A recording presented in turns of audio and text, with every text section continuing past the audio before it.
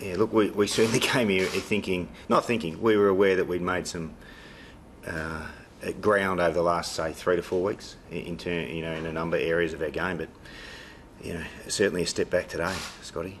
Certainly. And that first quarter, I mean, yeah. The effort, everything was one of the worst we've seen. Oh no, not that. I think. Look, certainly, we weren't competitive in the game for long enough, and that eventually gets reflected in the scoreboard, and that was certainly the case in the first and third quarters. I think with the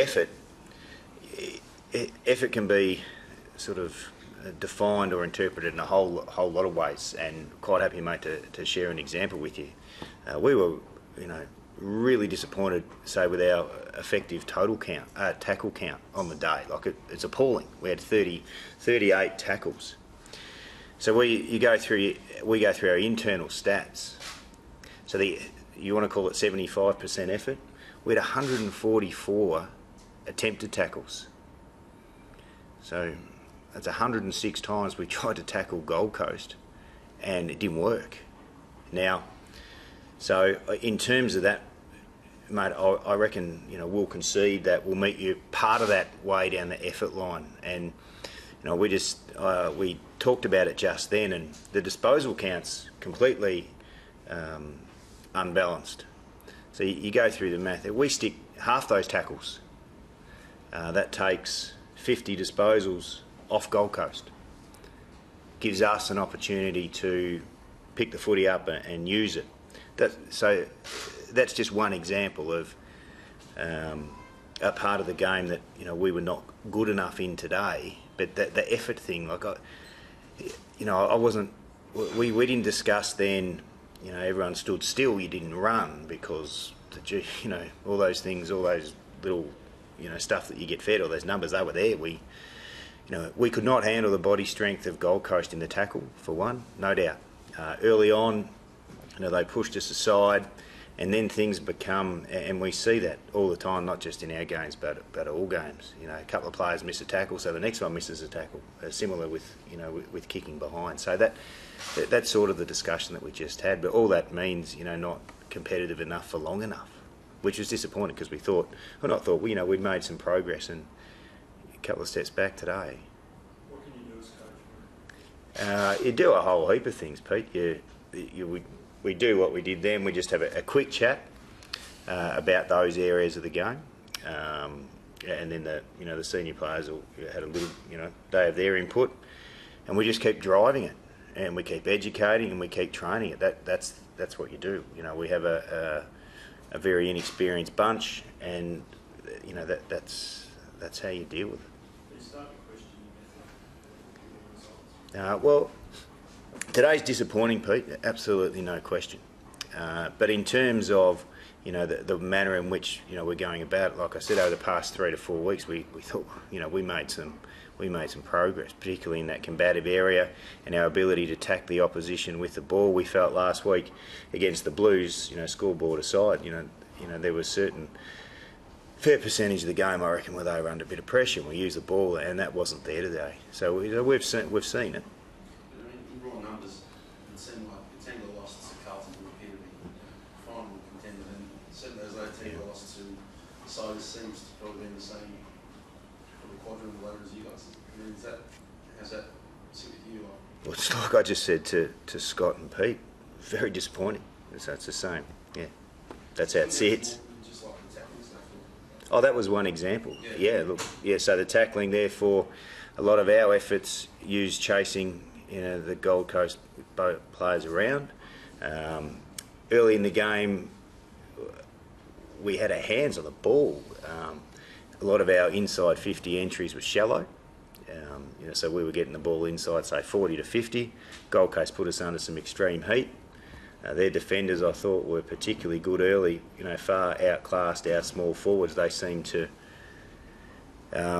waltz around and clean up anything that came to ground. So there's always a whole heap of areas. Yeah, the boys are flat. When we've seen some progress over the last 3 weeks, and then to, like Newly said, take a step or a couple of steps back. it's really disappointing for us. But that message was we have to stick together. No one else is going to pull ourselves out of it except the group that we've got here. Could you sense that message before we got it? No, not at all. I think we prepared really well this week, and it was going along how it had over the last sort of 3 weeks, and we were confident we were going to deliver in particular the competitiveness of the game. It's really disappointing that we only roll up and serve half a performance. This was the body strength of sort of Gold Coast, or a young team with Melbourne sort of team. Did they feel physically stronger? Oh no, we were really poor. Obviously, with the stats, not being able to effectively stick those tackles, and I think part of tackling is a mindset thing, and clearly we weren't in the game for 100%, and it's something we're going to have to really work on, because that, as you said, Gold Coast are a developing side, but when we do play those stronger sides, if we don't have 100% effort by every player, the chinks in our armour are really exposed. So I understand the mechanics of what went wrong today, but you came into this game with a real opportunity. They don't probably started favourites, but you had been before, had been appeared to be building. What are your initial thoughts on why you took a step or a couple of steps backwards today? Yeah, I'll answer that the same way. Like all those, you say the numbers, but they're the reasons. That's why we know that. Being a part of young groups, it's a bit of a roller coaster. You go up and down, but clearly at the moment, the bit in the way down is probably just a bit low, to be honest. We look at the table. We watch it again, and it will point out those similar things that we've been talking about. And Nathan, like most of the time, is correct there. When with our team, unless there is 100% sort of committed performance right across the board and you nail everything, if there's just a few players that are a bit off, we're going to be exposed, which was the case today.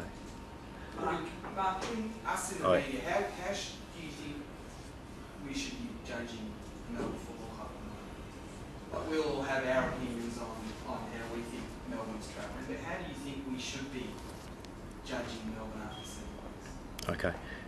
So that's the first part's a particularly difficult question for me, because I actually have never worked in the media. I don't know, what type of story. Yeah, sure. I think. Yeah. Well, certainly there's been some ups and downs. We thought, we were clearly, making some inroads today. We didn't. We took that 2 steps back. Big picture stuff. Again, we've taken the field, I think, with around about 50 odd games of experience. You're talking, in terms of AFL experience, that's nursery type stuff. So with that, human nature says, and people know, we're going to have some ups and downs, and that's we're clearly in a development phase. I think very similar group took the field today as what did we had 3 forced changes, and we were pleased with the effort of this very similar group last week. These are the guys who are going to take the club forward, and although we're aware that for supporters to hear it's a second rebuild, it is what it is, and you can't dress that up any other way. But the majority of people get that and understand that. For example, today, I presume all you guys saw the way that Jack Viney goes about his work. That's the future of our football club. We had solid performances, from Jack Viney. Matthew Jones in his 7th game had a solid performance from him. Dean Turlick in his 6th game of AFL footy. I thought he's been a bit of a shining light for us. I think those type of performances, and then we get leadership from Nathan, who I thought toiled really hard all day. Colin Sylvia, was probably another consistent performance. We had an inexperienced midfield group go up and really, and this is for us, and we did a lot of work with the Gold Coast boys and the way that they clear the footy. They're particularly good in that area. So it just seems that we jump from one spot to the other, and that's what you do when you've got a young team. So people always see what they want to see, and we know that with supporters of clubs that do a rebuild, tough work.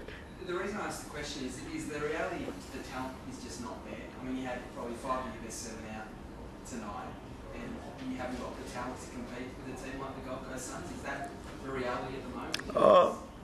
I think that you just got to be, again, I'll go coach speak with the work, the talent in terms of its talent and experience. And there's been a lot of talk this week from different clubs about how long does it take a player to develop into the AFL, and what the coaches are saying. It's somewhere between 3 to 5 years. So, you know, that's 60 to 100 games. So those boys that I just read out then, Michael Evans would be another one. So these guys have got talent, but I think every player I just read out then's played under 10 games. So you've got to, you know, it's about time, but it's not just about, you know, driving to the MCG and turning up and going out there. We believe those guys in particular are going to form the core of our club into the future because of the manner in which they go about it. And, you know, that's, you know, what does that do for the supporters? Well, you know, again, it is what it is, you know, so it's not, we don't, you know, like a couple of sides in the competition, and we all know who they are. We don't have the 150, 200 game players, but we're educating the next batch. That's where it's at. Mark, Peter Jackson said Yeah. before today's game that he would defy anyone to, you know, really perform effectively. Yeah. Given what the external stuff that's gone on since you took over as coach. Do you have a sense that you know, just because of everything that's happened at the club, that you're sort of still trying to gain traction? I think, I've had a couple of, I didn't hear what Peter said prior to the game, but I've had some discussions with Peter. He's been there for a week. He's a very insightful guy, and he's got a lot of experience, and he's certainly already in a week working with Peter sort of broaden everyone's minds, if you like. And that was certainly one of the discussions he had with me. And, you know, and coaches and players, you know, we all have that type of personality that at times you think you're bulletproof, and I'll get in here and you guys will ask me, did this affect the performance? Did this affect the performance? And, you know, we think we're doing the right thing by saying, you know, of course not, you know, don't be ridiculous. You know, we are professional, we keep our mind on the job, and we come out with all those quotes. But yeah, Peter just challenged, I suppose, to say, look, yeah, we might be football coaches, we might be experienced footy players like Nathan, and we do what we can to, you know, keep our eye on the ball, so to speak. But yeah, he said just maybe think about, you know, some things that happen. Yeah, we're also human. Are you concerned, Mark, that given there's an assessment going on with the football department and coaching, that results like today, you might have the time? Oh, I haven't thought about that, to be honest, Pete. That's just part of AFL footy. You know, my main concern is going through the numbers and the footage, and trying to get the best out of the players and get them to improve. And, you know, like those batch of young boys that I read out before, you know, there's a future there for the footy club, absolutely no question. But like I said, you know, with Peter and some of the work that he's doing, he's very educated, he's very experienced, he's seen it all before, and you know, some of the questions that he's asking, no doubt, are the correct ones. So I think it's a really healthy part to be a healthy thing. Sorry. No, you're right. I know the chief executive doesn't decide your future, but how heartening is that for the new boss coming in to say, look, you know, think about it, you know, look at all this other stuff that's been going on. Like, it's a pretty big show of support from him. I think what it is, you know, he's not a 10-game CEO. That's pretty clear. He's seen a lot of this stuff before, and he came in and, you know, he said to me that he is really excited by the challenge, and he's a very truthful guy, and he is, and he's one that, you know, I don't want to be self-indulgent, but I got to sit in a room during the week with Peter Jackson and Neil Craig and talk about footy and footy experiences and how it all works, and they're the types of guys that will get as much information as they possibly can before making decisions, and before saying, well, this is the structure that we need. And you know, I think the best decisions are, with regards to structures and those types of things, are made in that manner. One of the things you mentioned was your experience as coach. Yeah. You've also done a lot of experience. Do you feel capable of draining the club out of where it is? Yeah, absolutely. Look, yes, Pete is the answer, and he did. You know, yeah, I'm a second-year coach. There's a few of us going around in the AFL, and that was part of that, you know, the realistic discussion. And yeah, but this, don't make it about me, boys. Just make it about the players. Everyone knows. The 18 months since we've been here, you jot down some of the things that have happened at the footy club.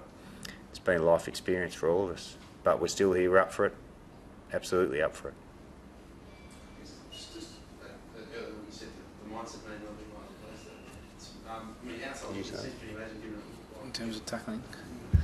What was that? So the mindset may not have been right for the players earlier. Oh, I just think that's reflective in the result with the tackling.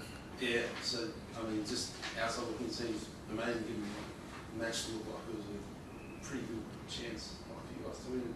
Sort of be on.